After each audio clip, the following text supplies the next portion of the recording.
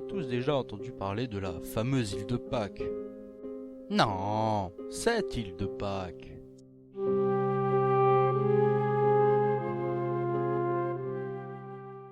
L'île de Pâques est située au large du Chili, c'est le petit point là. Vu de plus près, c'est une île pas super grande, un peu paumée dans l'océan et peu intéressante lorsqu'on regarde une carte. Elle a une superficie de 166 km² et possède environ 3500 habitants. Mais pourquoi parle-t-on de l'île de Pâques alors? Eh ben en fait, l'île de Pâques c'est un peu plus intéressant quand même. Et ouais, l'île de Pâques n'est pas réputée pour son paysage, pour ses activités locales, ni pour ses cocktails aphrodisiaques que l'on pourrait boire sur la plage, sous les cocotiers avec de belles danseuses et... Pardon, je m'égare. Alors, pourquoi île de Pâques? Eh ben, c'est tout con, le navigateur néerlandais Jacob Roggeveen découvre l'île en 1722. Il a ouvert son calendrier, il a vu Pâques, il a dit île de Pâques, ça sonne swag, et puis voilà. Ce qui fait la réputation de cette île, ce sont les mystérieuses constructions qu'on a pu retrouver dessus. Des récits datant du XVIIe siècle, vers 1697, en parlent pour la première fois de ce petit bout de terre situé à des kilomètres des côtes sud-américaines.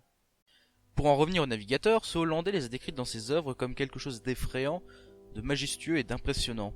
Des putains de statues, hein. Mais pas n'importe lesquelles. C'est pas de la statue de tapette, loin de là. Non, là on parle de statues enfouies dans le sol, avec juste la tête qui dépasse. Ces statues sont appelées moai, on en compte près de 300. Mais attention, comme je viens de le dire, on ne voit que la tête car le reste est enfoui dans le sol. Donc ce n'est pas improbable qu'il y en ait d'autres d'enfouis plus profonds dans le sol. Les archéologues, historiens et autres gus des mêmes professions ont pu évaluer grâce au carbone 14 que les statues ont été construites entre le 16e et 18e siècle. La taille d'une de ces statues varie entre 2 et 9 mètres. Mais ces statues nous mènent à réflexion. Comment des hommes éloignés de toute technologie auraient-ils pu déplacer des statues comme celle-ci, sachant que le poids varie entre 10 et 100 tonnes? Même si l'assemblement des statues aurait pu se faire une fois sur place, on ne sait pas comment ils auraient pu déplacer de telles constructions, sachant qu'aucun matériel adéquat n'a été retrouvé, du moins pas encore.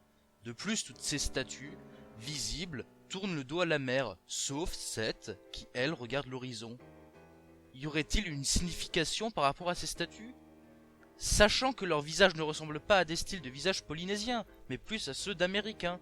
Une hypothèse circule comme quoi il s'agirait de la reproduction de visages d'esclaves péruviens s'étant enfuis du continent.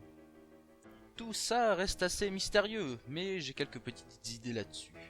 L'île ayant été isolée de tout et découverte que très tardivement dans l'histoire de l'humanité, il pourrait s'agir à ce moment-là de statues représentant nos ancêtres. Certaines personnes spécialisées dans ce sujet pensent qu'avant l'apparition de l'homme tel que nous le connaissons, des géants auraient pu peupler la Terre. L'île étant seule dans le Pacifique, personne ne pouvait l'atteindre jusqu'au XVIIIe siècle. Il se pourrait très bien que des géants aient peuplé cet îlot. Mais dans ce cas, pourquoi sont-ils morts ou bien disparus? S'ils étaient plus grands et donc probablement plus forts vu le poids de ces chefs-d'œuvre, ils auraient très bien pu se défendre face à nous. Aujourd'hui, l'île est dénuée de végétation, ce sont les habitants qui se chargent de replanter. On peut donc supposer qu'au XVIIIe siècle, et même bien avant, la végétation n'aurait pas permis la survie du peuple. Et les ossements, me direz-vous? L'île a été balayée par les vents, et au vu des positions de ces statues, les géants auraient pu se regrouper au même endroit avant de mourir, en un cimetière commun recouvert par la terre, le sable, etc. Et à propos de la signification de la position des statues, tout d'abord parlons de celle qui tourne le dos à la mer. On peut penser qu'elle délimite le terrain connu et sûr. Au-delà de ces statues grand danger, il pourrait également y avoir une signification religieuse ou mythologique. Chose tout à fait probable. Mais dans ce cas, pourquoi cette statue serait tournée vers la mer?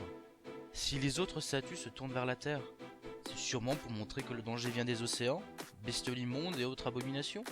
Et donc peut-être que le chiffre 7 avait une signification spéciale.